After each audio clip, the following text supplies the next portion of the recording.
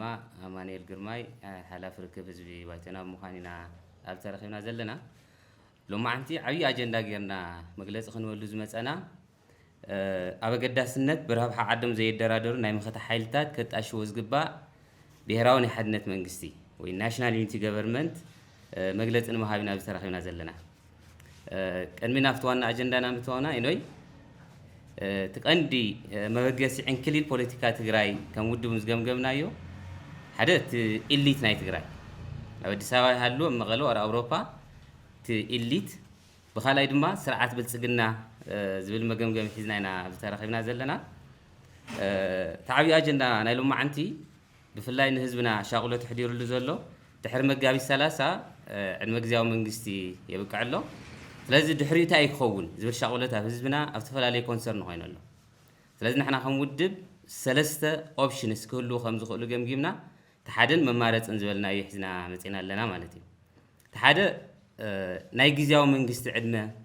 كنا وحزبل probability خلي خير اتخالاي اتتمرت أمن قستي كان مخلتش عن 10 ثلاثة مسبيت مخري ملس زبل أوبشن ون نحنا جن كمودب كابزي تفعله حدش ممارس إنه بلو يتكبر نحنا خم حدا هلو إنها زبنا زجد سنة قالستي كمودب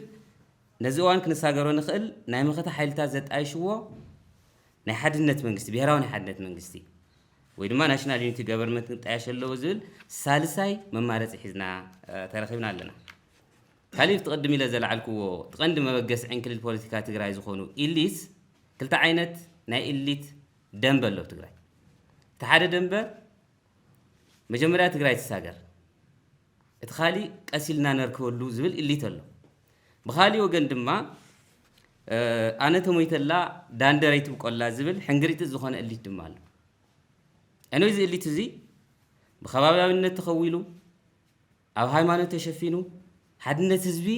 كبتن ليتنك أترن لحزبل هذا جزء تقرأي كم سامنا زعفرة قال جزء كم لاقى زحقنا الليت أزي مواز لأن نهزب تقرأي زيبل أبعين كليل كم برنا زغل تحسب زلو الليت اللو كالي دما تقرأي أكبد منبارن زي منبارنا هلون حدا عند هالليت أب عالم زي اللفت نزمع على عاداتون زي principle of democracy أبناء روماويان غريكاويان مصحفت زنبو تزيت تكبيرون دابله زدسكورون اللي تلنا ስለዚህ اللي تزيون نتقراي ناو كبي زخنا ናይ منبار زي منبار ጉዳይ ዘሎ ስለዚህ ንህዝብ ትግራይ እዚ ቅንጦት እዩ ታይ ዝበሃል ወለድና ናኣፋ ዘይረኸበት ቀጠምጠም ርእሳት ደልሻሽ መጠምጠም ዓይነት ዝኾነ እሊት እውን ኣለና ካል ድማ ብጣዕሚ ትግራዋይ ኮንካ ክትሓንከሎም ደሊኻውን ብጣዕሚ ዝኸብደካ ምሕነኽቲ ዝኾን ድማ ኣሎ ናብነት ወሶምን ኣብ ኣዲስ ኣበባ ምክክር ኮሚሽን ዝብልዎ ዘዳለዎ ድራማ ኣብኡ ተዋስእቲ ዝነበሩ ምርኣይ ይከኣል ትግራይ ኣብ ኣዲስ ኣበባ መከረች ትግራይ ትስልት ይኮነትን ትግራይ ተወካሊ ህዝቢ ወይ ተወካሊ ዘይብላ ዓዲ ይኮነትን ኣብ ኣዲስ ኣበባ ገሊኦም ካብ ለገዳዲ ገሊኦም ካብ ለገጣፎ ተኣኻኺቦም ኣብ ኣዲስ ኣበባ ትግራይ ትመክረላ ዝብል እሊት مسحاق زخون اللي تون تري أنا ويزي قالوا عندها لنا هذا قلدلو مسوم يزم مساسولني أما أخل كتما أبزي مشان بحقي كل كليو زبل مندق سوات كوف زولولو صريبوتا كلتا من ساعات دموتا مهارو زنبو تتقي عمكشنو عاوز دورو خباب تعمي حافيرهم اسخم تمهاركم مو صباح تركب تعدي زخونكم مو تنبو ابزي مشان بحق خلك لبزل كميلكم تشونو يقولوهم سو تقارص لكم سرعه غوري لهم سو قارصوهم دحر توسنه غعزو زم كلت منسيات اتم عاركي نزوم سوبت كو شوي ديوم اتالي ليوم تاغيركم اقارص كلن كو يقارصكم أب سر إملي أيوه يلوم سلازي هزون أودي سازلو الليت صباح أب تقرأي نمت بدل evidence كخوون زخيل تكبار حزي قورلو أب لعلي لك خمتي تقالتنا يمنسي نخالي التاليلو أب سرّو الشيء إزم كم زي معينة اللي تاتون محفروا زخون اللي تاتون تقرأ بزيت وكل تاريخهم ربحان تقوم تزوج تقرأين أحلفهم كهو زخولو اللي تاتون لهم سلازي إزيهم تمك عندي ناي تقرأي ما بقيس عن كل البوليتيكال ناونز جم نايو anyway حزب تقرأي تجينا حزبنا مريت له أفتمت كل له حزب تقرأي anyway زخانة اللي تمشي خفرصه زخانة اللي تمشي كنركو زخل حدنتن سنة البناني يقولون حزب تقرأي ناي زمانات لمدي هنسات هاجر منجستي ستيت فورميشن زلوا حزبي بقليل زبطان حزبي يكون حزب تقرأي anyway زخرون ده زقبنا 10 سبكس قاعد صغري ما راح أخوت زخل حزبي سلازي تقليت من تبع له خيل يعري قبل علة تقرأي حدنت مبتاني يكون حدنت معقاب زوم صو نجار يقولون سلازي بوانا النت أبزينا رينا مسي وانا أجندنا أم مسرات بهراي حدنت منقص ناشونال يونيتي جوفرمنت تايز بالحتة وانت لعلني رفتي ناي اكسكيوتيف ديسكشننا زمان جزاو منقص من تاي زي النواح زبل وانت لعلني رو نجرجن زمان جزاو منقصتي كابزت ايش 3 عامات غير له كابزت ايش ك اتزقبوا عمامات كندي اذا اكل برسنت يفزي انا علم اب ريفرنس ونريو جزاو منقصو انترين جوفرمنت نحاصير جزي مسغاغري ناب حغاو منغستي زطايش غزياوي انا ويز غزياو منغستي افتمدبلو غزين تزيوقيعو ناي كالوت قداماويان صلاتي مسارح خوينو حزبنا وي حزبو ربح حزبو خنقز خيل ناي سرا منغست ناي مخان عدللو ازي اب ريفرنس زلي ነገር ግን ናፍስ ናይ ትግራይ ኮንቴክስት ከነይ بعين تግራይ ጊዜያዊ መንግስቲ 40 መሬት 40% መሬትና እኮ አይመለሰና ክምልስም ዓቅሚ ይውል ተመዛበልትና አይመለሰን አብዓጽወሉ ተመዛበልትና ካቁርነ ሳሕታን ከናግፎም ይካለ ደሴንስ ንጎረስኪ ሓንቲ መዓልቲ ዋርደያ ሓዲርና ከመይ ዝኣክል ስምዓክ 5 ወርሒ 5 ዓመት ኣብ ቁርነ ሳሕታን ዘሎ ህዝብና ክምልስ ኣይካለን كالي ما مهارنا خم قبلنا يكالن جزياو منجستي أنا حنت عد تقف مسأولة دو قدوم كور كجمر كله حخايمنا خم قبلنا يكالن حخايمنا كو قانتي حتى يوم تقام زلوا نحكمنا صراحة سنسيتيفي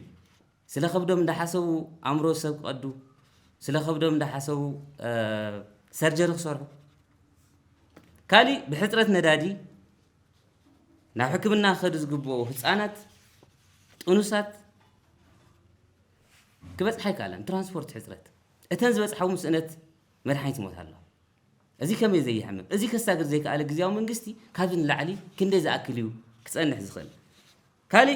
حدود حمام زلهم تحكمتي بسنت مرحانيت يورسلو اني عالم مرحانيتنا مغبي زيغاتات كاتو تبايلو ጦርነት ሙጠጦ ይብሉ ንሰዓታት ጦርነት ጠጦ ይብሉ ኣብዚ ዘመን እዚ ኮንካ አዴታትና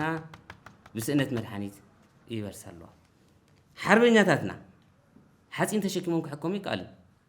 مسمغلهم مسدمهم نمنديهم قصيلهم من حزب تግራይ ديكونه ازي كحكم زي يخل غزيو منغستي كندي زاكل خصان حزلو كالي نسنم غار مورال تغار زي متن اسقا غبنات ون ريلنا اينو افتخالوت حزبታት نمكحز نبرنا اب تግራይ ولا بزي ازلكم انا بخارا سب እንዳወጋኹ هذا حماق تقرأي يركب ما تيكون عسرتنا جن أجرين جورا عسرتنا سنقعد قتلن قعد حردين بل أكالي عد جن سبقت بس بالجملة خوينهم في الرجور هنا أزي زي بهلنا بمورالن سنام جوار تجارو زي متن جبنا تبتقرأي يفتح أزيون كان إحنا لنا كالن مصري زوني جزياو من قستي سلازم حافظ خالي أفنش أجزياو من قست خوينهم تري في فرس إذا تقرأي بتن لا لا مريتون كونتكست إيرا ونزوله لو تقرأي كوينه مرز نزول زيون أدب كتحزي كالن جزياو منغستي سلازي حزبنا بسالاح تاوص انتهت يورس الله تغارنا بينا كل زمننا تملسنا زلنا حزي اني تغاركو كالوتون كاب دخنت كم زوصو اميرنا كوينا نحنا بدخنت لنا هذه سلازي بزا اغزام غعزو ناي جزياو منغستي كم زيلنا كم حزبي كندي عامتنا خنصنه زول قاملنا اتخالاي قدم 2013 نبره منغستي ملستيلنا خ حدا توعل بريتوريا سقعت يقدد زي تقدد أو على بريتوريا أتي منجستو سفاريسي كالاي بكل أنفت قبلنا تهليوه كساجرنا يخلد زول حتوني إلا عليه بوانا نتجن لا على الناس زمد فاروني خو بيكوز حدا مرجع جزين حمش عامتي لا حمش عامت كون حلف له اتخيل أي شيء سلازي نحنا كم موت أصو بهراوي نقول حقفة بهراوي ناي حدنت منجستي أو ناشنال يونيتي جوفرمنت كمسرة اللو ونبل تقرأ هذه إنه كنت مراج اللوه صعد أمكن نقدر تقولنا حدد بدبلوماسي زهز تقص كوم 4% مريتنا أنت تملسوا كم حدا أو إثيوبيا نبر كل زدلنا قلبات زدلنا وكلنا ون إيفن نحن في درش مكريت لنا البرلمان لنا الإمباسات لنا أبزخون وكلنا إثيوبيا أنت قولنا إثيوبيا أمام حارة خلل وأوروميا خلل زول حزب خروج وزخل تقرأ كركب زخل دبلوماسي حنسا زخل الله مالتي سلازي كالي كولكتيف بانشمنت انو اذا زغبر زلو بانشمنت نخول ليو كاب هصان جميرو سقعت ود سمعنا اي شيء يفلي هيمانته يفلي كولكتيف بانشمنت مدحانيت كتكلكل كلها نحوات يكون مدحانيت كتكلكل كلها سامبدي يكون ماسي بيزي نهزب تقرا سلازي كولكتيف بانشمنت طاطو كبل زخل دبلوماسي خدتغبر تخيلا ازي اون بتي فقاد بلصقنا سرعات ياخذون تخيل اتخالاي اوبشن نايت تقراي ممكاتي بقى أنا ما ختم الدلا بخلت من قدي كابز هزني على ما ونجر والمصاري كالي كم إسرائيل زبها واريدك أليانس فتيرك مس أمريكا أليانس فتيرة ديفنس تقبل سلا نتقرأي عقم خوص زخون حيل أليانس تمس إيرترادي تمس عفر ولا مس أفغانستان يكون أليانس كتفتر كتلو حدا وشنو كالاي كم إيران دما وشت أو عقم تاتا بمقولات طلبات زوا بخالي منقد وانت ملسلو مدلوات قبرلو تديف علم زوننا تكنولوجي كوننا لو كم زقد ما 9000 حنا نيرنا قالزو لو تكنولوجي كعطو غي حسبنا نزبها نغري يسرع سلازي بحافشا نحنا خمس مواصفات خم بايتنا حزنا نسينا لنا بهراون حدنت منجست خطايو نوك بأبريفيشن ناشنال يونيتي جوفرمنت مالت أوشت حانت عد زركبو أبربها عدم زي الدرادر تفلالي بوليتيكا والدبات توكلت بهرات تقرأي سلسة بهر الله مهورات سيفيك محاورات توكلون كل عقمتات متأخب أبناه اللون حدا جان موسى دحر خوينات حدنت سلام الرجع عن ملاس علم زمسرة أمر منجستي إذا خا عد أوانات راح تجمري كونه كم زعينت منجستي أبتفلالي خفلات علمون كوعل أنيحب نابنا دو أفريقيا دحر مززام أبارتايد بدلتن تبدلتن زلاق السلام نممسا تفلالي بهرات بوليتيكا وجلتات نت أميرو ديمقراسيا وزيح علي توكللو منجستي مسجاجري هجرا حدنت منجست عايش نيرو بنغلاديش دحر كوينات حرنش عن شعتي مسعان حدن نهاجر نمترافن طلبات حزب بنغال نمملاسن ون مسلتهم نيرو بخلتشن 15 فرنجي نتي حد كوينات كبكع تفلالي ودوات زاكبت أمر منجستون أبيمن تمسرت نيرو أكلوا تمتكاسيكات أو سوماليا أو كوا دحر صورا كوا سلازي ربحة متياش بيرا حد نتكتاعي نتقرأ تعيز ربحة بزوقت زي حدا بيرا حد نتيمس نايتفلالي توكل تحبيرهم منجستن تفترو دقفتم من حدا عين السميع سلازي حزو ملأت حزبي أتمساس الأجندة خعسل بيرا حد نتخقول بيت سمعت بيرا ومنت كزايد يقبر هذا سكن نزتن دردرن يتبابع بيرا حد نتاو منجست مبزحتي جزية بزتن دردرن زقوا مسألة زخونة ناب زيادة مسأي سلاماون زلقا مفتح زمتس من قدون كبزحنا يا خيلي كالي زلقوا طباو المعات يمتس حاقافو كلنا ونهلو سلازي نحنا خم ودب موصات او بهراوني حدنت منجستي إلنا لنا نقرقن زخونة اللي هيك يخون ودب نو نتقرأي روحا ما تقم جزياو منجست خرازم اللو تتمرص منجست 2016 كملس له ويد ما خالي موصاصو አሎ ዝብል እንተሃሊውን ኦፕን ኢና ንሕና ንትግራይ ዝረብሕ ነገር ተኮይኑ ንሕና እውን ንቕበሎ ንዓስሎ ሓይርና ይንቃልስ ንሕና ከም ባይቶና ግን ትግራይ ማእኸል ሓሳባት ክትከውን ኣለዋ ዝብል መትከል ዘለና ኩሎም ሓሳባት ክንሻራሸሩላ ዝግባእ ገዛ ክትኮኑ ኣለዋ ዝብል መትከል ኣለና ስለተጋሩ ካብቶም ቀያሕቲ መስመራት ህዝቢ ትግራይ ከይተፈላለና መዋጽኦ ንብሎ መንገዲ ምንዳይ ናይ ስልጡን ማሕበረሰብ ባህል ስለዝኾነ ማእኸልኩም ረብሓ ህዝቢ ትግራይ ጌርኩም ንህዝብኩም ካብ ጸልማት ዘናግፍ ሓድሽ ጭራ ብርሃን ክተርእይዎ ንጽውዕ ክብሪ ሞገስን ሰማዕታትና ይቐኒየለይ ጽቡቕሞ ያው ጻውዒትና ተቐቢልኩም ዝመጻኹም ሚድያታት ኣነ እውን ደጊመ ከመስግን ይደሊ ያው ብሰፊሑ ብጻይ ኣማኑኤል ገሊጽዎ እዩ ተወሰና ነጥብታት ንምውሳኽ ዝኣክል ከም ውድብ ብሄራዊ ባይቶ ዓባይ ትግራይ ቅድሚ ወርሒ ኣኼባ ብምግባር ምስ ማእኸላይ ኮሚቴ ብዙሓት ነጥብታት ኣልዒሉ ዘቲ እዩ ኣብዚ ብጽንዓት ዝተመስረተ 4 ነገራት መጽናዕቲ ኣካይድና ኢና ሓንቲ ኣብ ፖስት ኢንትሪም ጋቨርንመንት ወይም ደሞ ናይ ምብቃዕ ግዜያዊ ምሕዳር ኣመልኪቱ ብድሕሪኡ ዝትከል ኣብ ትግራይ ዝትከል መንግስቲ እንታይ ክኾን ኣለዎ ዝብል ብጽንዓት ዝተመስረተ ሓሳብ ኣልዒሉ እዩ ካልኣይ ምስ ታሪካዊ መጻጽኣ ትግራይ ወይም ደሞ ምስ ናይ ባይቶና ባክግራውንድ መሰረት ብምግባር እውን ምስ ኣክሱማይ ሲቪላይዜሽን ብምትእስሳር እሱ እውን ሓደ መጽናዕቲ ኣካይድና ኢና ሳልሳይ ብኢኮኖሚክ ዙርያ ወይም ደሞ ትግራይ ኣብ ትገብሮ ቃልሲ ወይም ደሞ ናይ ሃገርነት ሃገር ናይ ምስራት መንፈስ ኢኮኖሚክ ፖቴንሻል ኣለዋ ዝብል ሕቶ ካብ ህዝቢ ትግራይ ይለዓል እዩ እሞ እዚ እውን መጽናዕቲ ብዝገበረ መንገዲ ብሞያ መሰረት መጽናዕቲ ኣካይድና ኢና ሳልሳይ ኣብቲ ናይ ወርልድ ፖለቲክስ እዚ እውን ዓለም ዘሎ ኩነታት ፖለቲካ እንታይ ይመስል ሚድል ኢስት ዘሎ ንትግራይ እንታይ ይጸልዋ ንኢትዮጵያ እንታይ ይጸልዋ ዝብል ኣብዚ እውን መጽናዕቲ ብምክያድ ሰፊሕ ሓሳብ ኣቕሚጥና ኢና ስለዚ እዚ መሰረት ብምግባር ፖሲብል ኦልተርናቲቭስ ኣቕሚጥና ከም ውድብ ባይቶና መማረጽታት በተለይ ኣብቲ ፖስት ኢንትሪም ኣድሚኒስትሬሽን ዘሎ እንታይ መማረጽታት ኣለውና እንታይ ንግበር ዝብል ብሰፊሑ ብምያድ ካብ ዝተፈላለዩ መጽናዕትታት ሓደ ዝነበረ ቤት ምኽሪ ወይ ስቴት ካውንስል ናብ ቦትኡ ተመሊሱ ሓላፍነት ዝወስድ ቤት ምኽሪ ወይም ደሞ መንግስቲ ክህልይ ኣለዎ ዝብል ካብ ህዝቢ እውን መጽናዕቲ ተወሲዱ እዩ ካልኣይ እቲ ዝነበረ ኢንትሪም ኣድሚኒስትሬሽን ክቕጽል ምስ ፌደራል መንግስቲ ሊንክ እናገበረ እናዘተየ እሱ እውን ክቕጽል ኣለዎ ዝብል ሓሳባት ወይም ደሞ መጽናዕትታት እውን ካብቲ ህዝቢ ተወሲዱ እዩ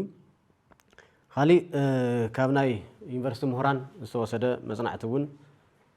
ቴክኖክራት ጋቨርንመንት ወይም ደሞ ኤክስፐርትስ ዝሓቆፈ ሙያተኛታት ዝኾነ ናይ ፓርቲ ዶሚኔሽን ዘይብሉ ወይም ደሞ ናይ ፓርቲ ሜምበር ዘይኾነ ግን ሰብ ሞያ ዝመርሕዎ መንግስቲ ክጣየሽ ኣለዎ ዝብል እዚ እውን ኣካልቲ መጽናዕቲ ተወሲዱ እዩ ብራብዓይ ናሽናል ዩኒቲ ጋቨርንመንት ወይም ደሞ ኢኳል ሪፕሬዘንቴሽን ዘሎ በተለይ ናይ መኸታ ሓይልታት ዘሳተፈ ብሄራዊ ናይ ሓድነት መንግስቲ ክጣየሽ ኣለዎ ዝብል እዚ እውን ኣካልቲ መጽናዕቲ ኮይኑ ተኻይዱ እዩ ድሕሪ ብዙሕ ዘተ ድሕሪ ብዙሕ ምይይጥ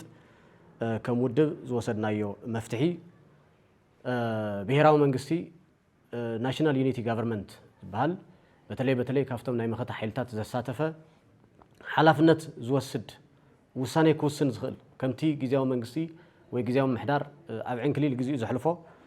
መከራት ህዝቢ ትግራይ ፀበባ ህዝቢ ትግራይ ዘናውሕ ከይኾነስ ሓላፍነት ዝስምዖ ውሳኔ ክውስን ዝኽእል ጋቨርንመንት ወይም ደሞ መንግስቲ ምስ ትራንዚሽናል ቻርተር መሰጋገሪ ዝኾነ ሰነድ ወይም ደሞ ጽሑፍ ነቲ ሕገ መንግስቲ ዘይጋጨ ለናይ ትግራይ ሕገ መንግስቲ እውን ዘይጋጨ ለናይ ፌደራል ሕገ መንግስቲ ናይ ኢትዮጵያ ሕገ መንግስቲ እውን ብዘይጋጨ መንገዲ ናሽናል ዩኒቲ ጋቨርንመንት ክጣየሽ ከም ዘሎ ከም ውድብ ውሳኔ ኣቕሚጥና እዚ እውን ንምሕባር እዩ ካልኣይ ምዚ ተላዒሉ ፍቲ ወቕታዊ ጉዳይ ትሕዝ ዘሎ ኩነታት ትግራይ መልኪቱ ዝለዓል ዘሎ ናይ ምክክር ኮሚሽን ዝምልከት እዚ እውን ሓሳብ ንምሃብ ከም ውድብ ስራሕ ፈጻሚ ባይቶና እዚ እውን ገምጊምና ኢና ስለዚ ኣብ ኣዲስ ኣበባ ዝግበር ዘሎ ናይ ምክክር ኮሚሽን ካብ መጀመርያ መሰራርቱ ጌጋ እዩ ሮንግ እዩ ዝብል ኢና ተላዒልና ሓደ ኢን ተርምስ ኦፍ ሪፕሬዘንቴሽን ውክልና ምክንያቱም እዚ መን ይወኪልዎ ኦፍ ኮርስ ሓደ ኣካላት ወይም ናይ ፖለቲካ ነጠፍቲ ኣብቲ ምክክር ኮሚሽን ተረኺቦም ኣነ ንህዝቢ ትግራይ ኣይወከልኹን ዝብል ሓሳብ ሒዞም ካብኡ ተላዒሎም እውን ገሊጾም እዮም ብተወሳኺ እውን ብጾትና ናይ ፖለቲካ ፈላላይ ወይ ናይ ሓሳብ ፈላላይ ዘለዎም ሳና ዝነበሩ ብጾትና እውን ካብቲ ምክክር ኮሚሽን መድረኽ ረጊጾም ወፂኦም እዮም እዚ ናይ ፖለቲካ ፈላላይ እምበይ ኣብ ትግራይ ዘለና መርገጽ ፈላላይ ከም ዘይብልና ዝገልጽ ስለ ዝኾነ በዚ አጋጣሚ እዚ እውን ኣፍቲ ብሄራዊ መትከል ወይ ኣፍቲ ብሄራዊ ስምዒት ዘለኩም ኣቋም ወይ ደሞ ዓቕሚ እዚ እውን ከም ውድብ ብሄራዊ ባይቶ ክነምስግን ንደሊ ሕዚ እውን ኣብ ትግራይን ማእኸል ገይርኩም ክትቃለሱ ሓቢርና ንትግራይ መወጻጽኦ ክንፈጥረላ ወይ ደሞ መፍትሒ ክነምፀላ ስለ ዝግባእ ናብ ሓድነት መንፈስ ክትመጹ በዚ አጋጣሚ ጻውዒት ክንገብረሎም ንደሊ ካብኡ ብትራንስፓረንሲ አንጻር ክርአ ተሎ ብግልጽነት እቲ ምክክር ኮሚሽን ታእዩ ዕላምኡ ታእዩ ኣመሰራርቱ ታእዩ ታይ ዘት ይመጽዩ ታይ ቻሌንጅታት ይርዩ ታይ መፍትሕታት ከለዎ ታይ ኦፖርቹኒቲ ዘለዎ ዝብል እዚ እውን ንጹር ስለ ዘይሆነ እቲ ምክክር ኮሚሽን ትክክለ ይኾነን ዝብል ንምግላጽ እዩ ካብኡ ኢን ተርምስ ኦፍ ኦብጀክቲቪቲ ክንሪኦ ተለና ብዕላማ አንጻር ክርአ ተሎ እዚ ምክክር ኮሚሽን ታእዩ ከብጽእ ፕሪቶሪያ አግሪመንት ድዩ ከፍጽም ወይስ ትግራይ ናብ ምንታይ እዩ ዘሻግራ ኸይዲ ታይ ክወልድ ኩናት ድዩ ክወልድ ጎንጽ ድዩ ክወልድ ታይ ከምጽእ ዝብል እዚ እውን ንጹር ይኾነ ማለት ግልጽ ይኾነ ስለዚ ብዛ አንግል እዚ ብዛ አንጻር እዚ ክርአ ተሎ እውን ምክክር ኮሚሽን ካብቲ ብሄራዊ ከምቲ ፌደሬሽን ምክር ቤት ዝወሰነ ውሳኔ ካብኡ ፈሊና ከም ዘይንሪኦ ከም ውድብ ንገልጽ እንደሊ ካብኡ ኢን ተርምስ ኦፍ አቴናቢሊቲ ብምትግባር አንጻር ከመይ አቺቭ ዝግበር ትምክክር ኮሚሽን ታይ መኺሩ ናብ ምንታይ ሳቢ ትገብር ብስሩኸ ተጸዋዕነቱ ንመን እዩ ህዝቢ ትግራይ ከይፈልጦ ዶዚ ስለዚ እዚ ክላሪቲ ስለ ዘይብሉ ኣፍቲ ተፈጻምነቱ ትምክክር ኮሚሽን መኺሩ ዘቕምጦ እውን ከመይ አቺቭ ይግበር ዝብል እውን ግልጽ ስለ ዘይኾነ ዝግበር ዘሎ ድራማ አዲስ አበባ ዝግበር ዘሎ ድራማ ሮንግ ጌጋ እዩ ሕዚ እውን ንትግራይ ተወኪልና ኢና ትብሉ ፖለቲካል ፓርቲስ ክትመኽሩ ዝግባእ ኣብ ትግራይ እዩ ብስሩ እውን ብመሰረቱ ትግራይ መኺራ ክትበሃል ተኾይኑ ኣብ ትግራይ ዘሎ ሓይሊ ምስ ኣብ ፌደራል ዘሎ ሓይሊ ጎንፂ ዝፈጠረ ኣካል እዩ ክመክር ዝግብኦ እቶም ዘይረዳድኡ ንክረዳድኡ እዩ ክኾን ዘሎ አዲስ አበባ ዘለዉ ተጋሩ አዲስ አበባ ዘለዉ ናይ ፖለቲካል ፓርቲማ ሓደ ኢና ኢሎም ተላዒሎም ኣለዉ ስለዚ እሳቶም ዝመኽርዎ ምኽርታ እዩ ካሊእ ናይ ፖለቲካ አጀንዳ ካሊእ ናይ ፖለቲካ ዓላማ ስለ ዘለዎ እዚ ህዝቢ ትግራይ ክፈልጥ ይግባእ ንምባል እዩ ምዝ ተኣሳሲሩ ከም ውድብ ብሄራዊ ባይቶ ዓባይ ትግራይ ሕዚ እውን ናብ መኸተ ክትመፁ ጻውዒት ክንገብር እንደሊ ንዲያስፖራ ተጋሩ እቲ ትግራይ ዘሎ ዕንክሊል እቲ ትግራይ ዘሎ ፀበባ እቲ ትግራይ ዘሎ ፀገም ተመልኪትኩም መፍትሒ ሓሳባት እውን ከተቕምጡ ካብ ዝኾነ ይኹን ናይ ፓርቲ ጽግዕተኝነት ወይም ደሞ ለጠፍ ነፃ ኮይንኩም ንኹለን ፖለቲካል ፓርቲስ በተለይ ተናይ መኸተ ግንባር ዝኾና ትግራይን ማእኸል ዝገበራ ፖለቲካል ፓርቲስ ኣብ ጎነን ኮይኖም ክሳተፉ አጋጣሚ ኣብ ዲያስፖራ ዘለዉ ተጋሩ እውን ጻውዒት ክንገብር እንደሊ ብተወሳኺ ንትዲኤፍ እቲ ዋሕስ ህዝቢ ትግራይ ንብሎ ናይ ሚሊተሪ ሓይሊ ትዲኤፍ ንብሎ ሕዚ እውን ካብ ዝኾነ ይኹን ጽግዕተኝነት ነፃ ኮይኑ ንትግራይ ከሳግራብ ዝኽእል ኣብ መጽናዕቲ ዝተመስረተ ሕዚ እውን ንኹለን ፖለቲካል ፓርቲስ ማዕረብ ዝርኢ በተለይ ናይ ትግራይን ማእኸል ዝገበራ ፖለቲካ ውድባት መሰረት ብምግባር ፎረም ፖለቲካ ውድባት ትግራይ ኣብ ቀረባ ዝተመስረተ እውን እሱ ብዘካየዶ መጽናዕቲ ኣብ ጎኑ ኮይኑ ሕዚ እውን ድጋፍ ክገብር ንትዲኤፍ ጻውዒት ክንገብር እንደሊ ካብኡ ንብሄር ብሄረሰባት እውን ጻውዒት እንገብሮ ከም ኢትዮጵያ ናብ ዘይተደለየ ኩነታት እያ ትኸድ ዘላ ከም ሃገር ማለት እዩ ንሕና ተጋሩ ሃገርነትና ይንኽድን እስካብ ሕዚ ኢትዮጵያውያን ምዃንና ንኣምን ኢና ነገር ግን ክዒዳትና ዘላ እሳት ሃገር እያ ናይ ኢትዮጵያ ዜግነት ወይም ደሞ ናይ ኢትዮጵያ አይደንቲቲ ካርድ ሒዝና ግን ከም ኢትዮጵያውያን ዘይንርአ ክልል ወይም ደሞ ህዝቢ ኢና ማለት እዩ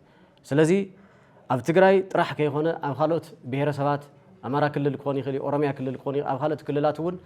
እቲ ፀገም ናብ ዝኸፍአ ስለ ዝወስዶ ዘሎ እቲ ኣብ ፌደራል መንግስቲ ዘሎ ስርዓት ብልጽግና ሕዚ እውን ኣብ ዝተሰሓሓተ መንገዲ ስለ ዘሎ ብሄር ብሄረሰባት ኣብ ጎኒ ብሄራዊ ባይቶ ዓባይ ትግራይ ኣብ ጎኒ ናይ መኸተ ሓይልታት ትግራይ ኮይነን ኣካል ትለውጢ ኣካል ትመኸተ ክኾና በዚ ኣጋጣሚ ጻውዒት ክንገብር እንደሊ ካውን ፖለቲካል ፓርቲስ ንገብሮ ጻውዒት ኣብ ትግራይ ዘለውን ኣዲስ ኣበባ ዘለውን ፖለቲካል ፓርቲስ ሜምበርስ ተወከልቲ ሊደርስ ሕዝቡ ጻውዒት ንገብሮ ናይ መጀመርያ ኣጀንዳ ክኾን ዝግብኦ ላዕላውነት ህዝቢ ትግራይ እዩ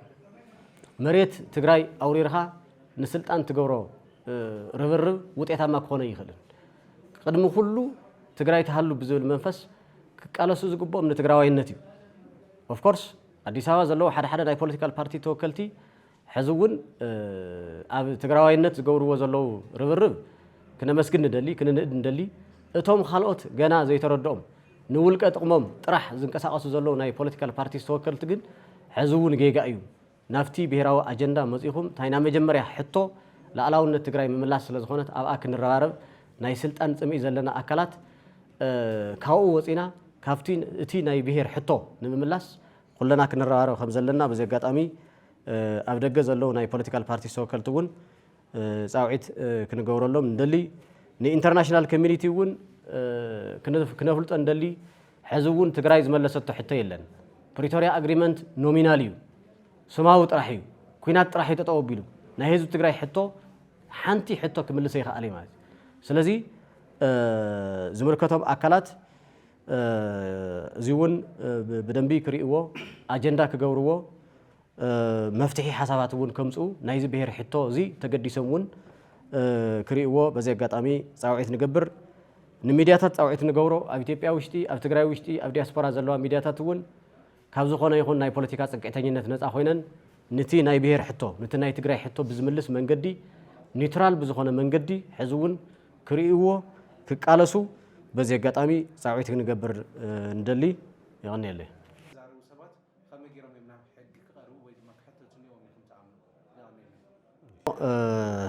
ማለት ኣፍታ ምክክር ኮሚሽን ወቀሳ ትብል ዝተለዓለት ሕቶ ኣፍቲ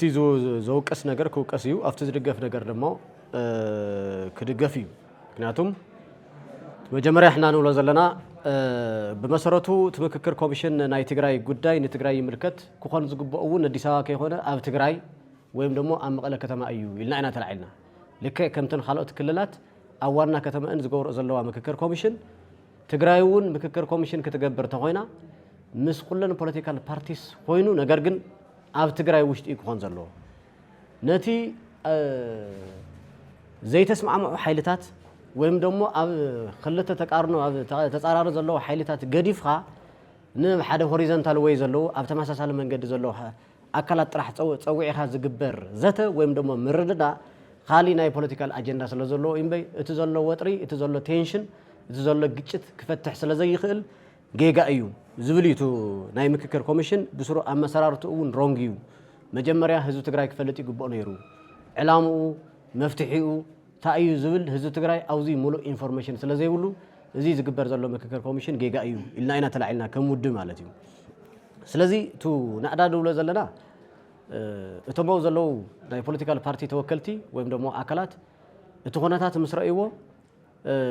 ዝወሰንዎ ውሳኔ ክኾን ይኽእል እዩ ዝተቃወምዎ ተቃውሞ ክኾን ይኽእል እዩ ስለዚ ጌጋ እዩ ግልጽነት የብሉ ንሕና ዝሓዝናዮ ኣጀንዳ ናይ ብሄር ኣጀንዳ እምበይ ናይ ውልቀና ኣጀንዳ ይኾነ ኢሎም እዮም ረጊፆም ወፂኦም ቶም ኣካላት ሳቶም ስለዚ እዚ ክነመስግኖ ብትክክል እውን ብፖዚቲቭ አንግል ክንሪኦ ስለ ዝግባእ ኢና ነመስግኖም ዘለና ማለት እዩ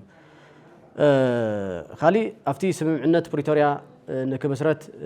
ዝብል ከመይ ገይሮም እዮም ናብ ሕጊ ክቐርቡ ዝብል ንሕና ናብ ሕጊ ይቕረብ ኣይቕረብ ይኾና ይንብል ዘለና ብመሰረቱ ፕሪቶሪያ ኣግሪመንት ክፈጽም ሓላፍነት ዝተዋሃቦ ፌደራል መንግስቲ እዩ ካልኦት ደገፍቲ ሓይልታት እዮም ኣብ ትግራይ ዘሎ ጊዜያዊ ምሕዳር ይኹን ካልኦት ኣካላት ከም ደገፍቲ እዮም እምበር ሓላፍነት ወሲዱ ክፈጽም ዝተዋሃቦ በቲ ፕሪቶሪያ ኣግሪመንት መሰረት ንፌደራል መንግስቲ እዩ ፍሮም ዴይ ዋን ግን ፌደራል መንግስቲ ዓፂፍዎ ኣሎ ስለዚ ትክክል እዩ ዲዲአር ዝብል ኣለዎ ስደተኛታት ምምላስ ዝብል ኣለዎ ዝነበረ ናይ ስታተስ ኮ አንተ ወይም ደግሞ ተሪቶሪ ትግራይ ብትሕገ መንግስቲ መሰረት ናብ ዝነበረ ቦታ ክምለስ ዝብል ኣሎ እዚ ግን ሓንቲ ሕቶ ግን ክምለስ ይኽእል ፕሪቶሪያ ኣግሪመንት ስለዚ እዚ ናይ ፌደራል መንግስቲ ኣጀንዳ ወይም ደግሞ ናይ ፌደራል መንግስቲ ኢንተረስት ጥራሕ ዝሓዙ ኣካላት ናፍቲ ደንበሱ ዝተፀግዑ ክሉ ይኽእሉ እዮም ስለዚ ከም ብሄር ሮንግ ኢና ንብል ዘለና ከም ብሄር ናብ ሓደ መስበር መፂና እቲ ላዕላውነትናን መሬትናን ወሪሩ ዘሎ ኣካል ክንቃለሶ ሓደ ኮይና ክንቃለሶ ይግባእ ብዝብል መንፈስ እዩ ኣልዒልና ዘለና ንማል እዩ ካው ንህዝቢ ትግራይ እንታይ ገበሪና ንብሎ ዘለና ዝብል ብዝተፈላለየ ብኢንተርቪው ይኹን ብመግለጽታት ተደጋጋሚ መፍትሒ ሓሳባት ናቕመጥና መጺና ኢና ህዝቢ ትግራይ ልባም እዩ ይርድኦ እዩ ዘይተረድኦ ይኾነ እቲ ዘሎ ጸገማት ኣዲስ ኣበባ ዝግበር ዘሎ ኣብ ትግራይ ዝግበር ዘሎ ኣብ ትግራይ ዘለዉ ጸገማት ታይታ እዮም ዝብሉ ግዜያዊ ምሕዳር ዘሎ ዘይተሰርሑ ስራሕቲ ታይታ እዮም ህዝቢ ትግራይ ይርድኦ እዩ ዘይተረድኦ ይኾነ ነገር ግን ብግጉይ መንገዲ ዝኸዱ ዘሎ ኣካላት እውን ክርድኦም ስለ ዝግባእ ኢና ናብ ዝተሰሓሐተ መንገዲ እንተስ ብጥቕሚ እንተስ ብኻሊእ ዕላማ ናብ ዝተሰሓሐተ ዝኸዱ ኣካላት ተጋጊኹም ንማል ኢና ኣብዚ ነልዕሎ ዘለና እምበር ህዝቢ ትግራይ መማረፂ ይፈልጥ ታይ መፍትሒ ኣለዎ እውን ይቕምጥ ሕድሕዱ ግን ተደማፅነት ስለ ዝሰኣነ እዩ እተውዚ ዘሎ ግዜያዊ ምሕዳር እውን ከዳምፆ ስለ ዘይከኣለ ፌደራል መንግስቲ እውን ከም መንግስቲ ከዳምፆ ስለ ዘይከኣለ ድምፂ ስለ ዝሰኣነ እዩ ህዝቢ እዚ ካብ ግዜ ናብ ግዜ ናብ ዝኸፍአ ኩነታት ዝኸድ ዘሎ እምበር ህዝቢ ትግራይ ተደናጊሩ እዩ ኢልና ከም ውድብ ኣይንኣምንን ማለት እዩ ካው ናይ ሓድነት መንግስቲ ከም ውድብ ዘቕመጥናዮ ሕዚ እውን ሓድነት መንግስቲ ኢኳል ሪፕሬዘንቴሽን ዘለዎ እዚ ትግራይን ማእኸል ዝገበረ ኣካል ተልዩ ሕዚ እውን ግዜ ኣሎ ምክንያቱም ኣነ ንትግራይ ዝቃለስ ናይ ፖለቲካ ኣፈላላይ ዘለኒ እምበይ ኣብ ብሄራውነተይ ኣፈላላይ የብለን ሕቶ የብለን ዝበለ ዋላ ኣዲስ ኣበባ ዘሎ ፓርቲ እውን ክዕወስ ይኽእል እዩ ኣፍታ ትግራዋይነተይ ክቃለስ እየ ሕዚ እውን ነተን ናይ ኣብ ብሄራዊ መኸተ ኣትየን ዘለዋ ፓርቲታት ምስአን ተሓዊሰ ክቃለስ እየ ዝብል ፓርቲ ተልዩ ከም ግለሰብ ከም ፓርቲ ሕዚ እውን ዌልካም ክንብሎ ኢና ማለት እዩ ንሕና እውን ከም ፓርቲ ስለዚ ኣብዚ ናይ ባሕታይነት መንፈስ ከይህሊ ኣነ ጥራሕ እየ ትግራይ ዝመርሕ ኣነ ጥራሕ እየ ንትግራይ ዝርዳእ ኣነ ጥራሕ እየ ንትግራይ መፍትሒ ዘምፀላ ዝብል ፓርቲ ወይም ደሞ ዝብል ኣካል ከይህሊ ኮሌክቲቭ ሪስፖንሲቢሊቲ ወይም ደሞ ናይ ሓባር ሓላፍነት ንምውሳድ እዩ ካብ ኩሉ ዘካተተ መንግስቲ ክምስረት ኣለዎ ንብል ዘለና ከም ውድብ ማለት እዩ ስለዚ ኣብዚአን መልሲ ንምሃብ እዩ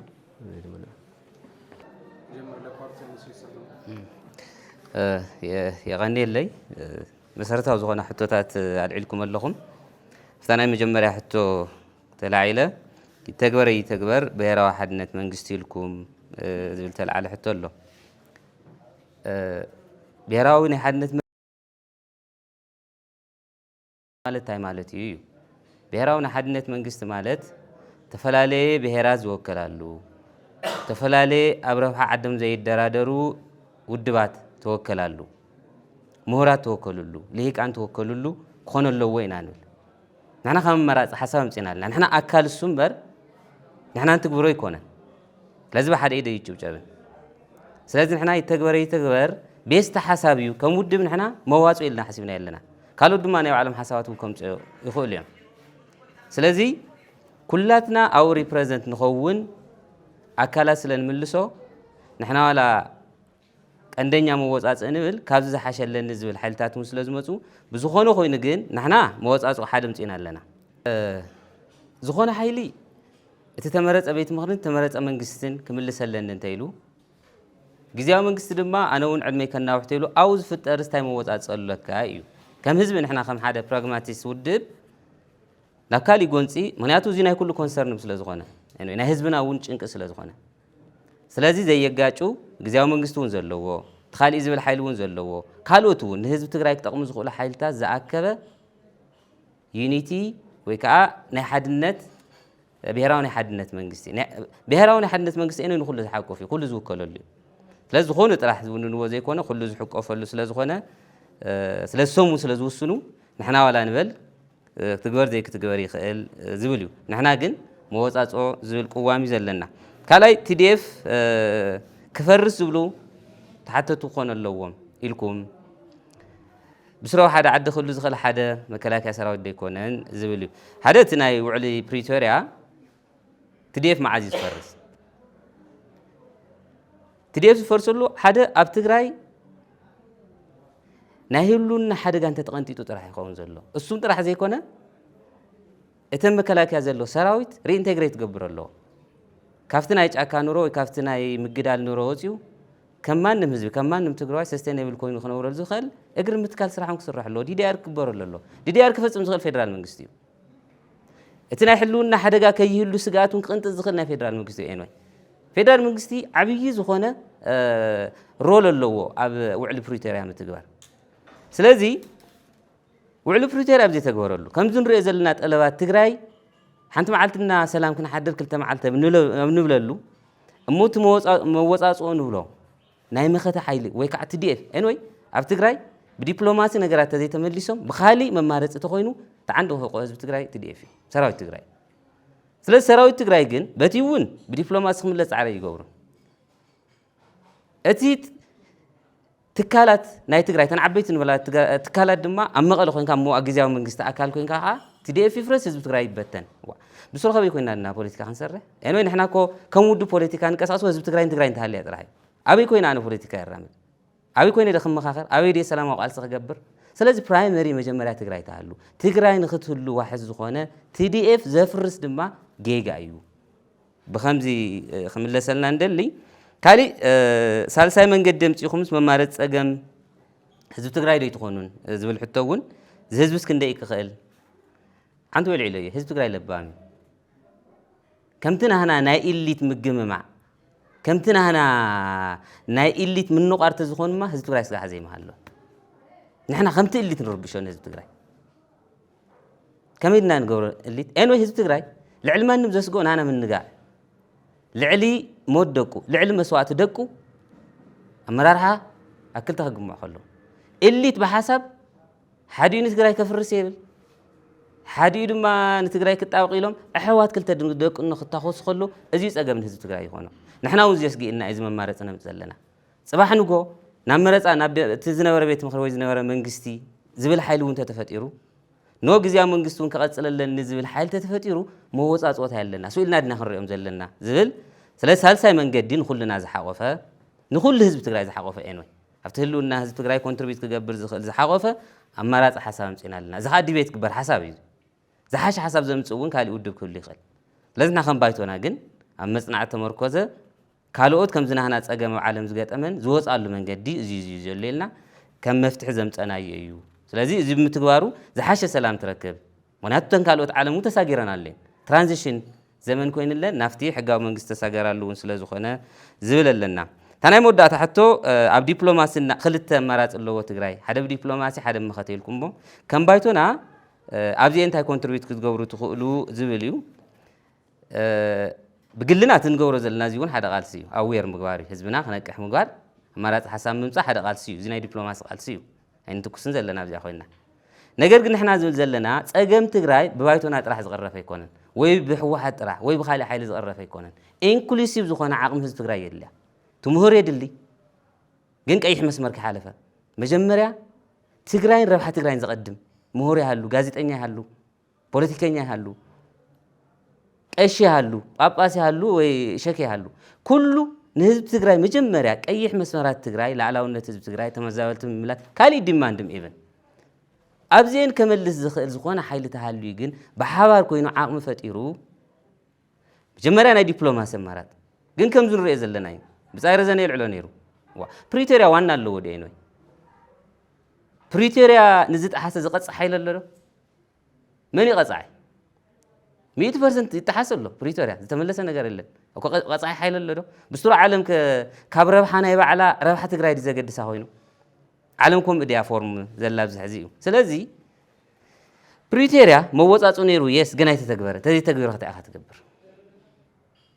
عقمها تأكد كم توم تقول وزلو إسرائيل تجمعات خميس تقرفها لا إيران كميس تجمعات تقرفها لا خالوتن إكزامبل مصادق كان سلازي حزب تجري نايم جمرة حرية السلام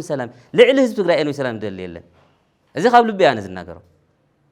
أنا يدلي أنس كلت مع السلسلة مع السلام هاليني دوموزي ورحى أخي لا قبل يدلي شور ناي كل حزب تجري ديم ما عندهم زيادة سلامة وسلام تخل كل كخا بيتي مسحوك هذا الجاج وكا أدي سواء خد بوليتيكينيات مال حوات ناس نورو أنت تجري كسلوا في قبروهم تمال مستديف كوينهم تجري زرحانو أنت تجري تكوسي قبروهم كازن لا علم فراس على ديو سلازي استاسوسكو أنت زي تفتيرو نافتو نوبر تزي تمليسات تجري ቀጻል ዝኾነ ካልእ ኣማራጺ ከድሊ እዩ ማለት እዩ ነዚ ከዓ ኩሉ ዓቕሚ ትግራይ ዝሓወሰ ናይ መኸተ ቃልሲ ክግበረሎ እኔ ኣብዚ ወቅቱ እዚ ስልጣን ልዕሊ ጥቕሚ ረብሓ ህዝቢ ዘቐድም ዝኾነ ሓይሊ ካፍር ይግብኦ እዩ እዚ ናይ ስልጣን ጉዳይ ኣይኮነን ንሕና ናብዚ ክንመፅእ ከለና ከም ማንም ተማሂርና ደሞዝ ኣለና ከም ማንም ትግራዋይ ናይ ባዕልና ትካላት ኣለዋና ትሰርሐለን ግን ስኡልካ ኣይትርእን ትብሄር እንዳፈረሰ ኣነ ብየ ክነብር ትካለይ ብየ ክሰርሐሉ ኣነ ብየ ኮይና ክሰርሕ መጀመርያ እኮ ክነሳገር ኣለና ክትሳገር ተኮይና ከዓ ናበይና ዓቕሚ ጥራሕ ይብልና ኣነ ኩሉ መጀመርያ ንሳገር እንዶ ትንወቃቐስሉ ዘለና ንዝኾነ ሓይሊ እንዳረገምና ንውዕሎ ዘለና ክበፅባሕ ኮ ነርከበሉ ኢና ናይ ባዕልና ፖሊስ ኣለና ናይ ባዕልና ስትራቴጂ ኣለና ተፈላለዩ ውድባት እንዲና ሕዚ ናይ ውድብ ጉዳይ እውን ኣይኮነን ናይ ኩሉ ትግራዋይ ዓቕሚ ዝጠልብ እዋንና ዘለና ኣብቲ ኣናፊ መፅኦም ናደይ ነበሩ ናብቲ ድንበር ተኪሶም ተዝኾኑ እኮ እዚ ዘህዚ ንዛረበሉ ዘለና ምህዳር እውን ኣይህሉን ስለዚ ንኩሉ ዓቕምታት ዝሓቆፈ ዓቕሚ ክጠናኸር ብዝገብር ኢና እዚ መዋጣፅኦ ሒዝና መፂና ኣለና የቐኒለይ ታንኪዩ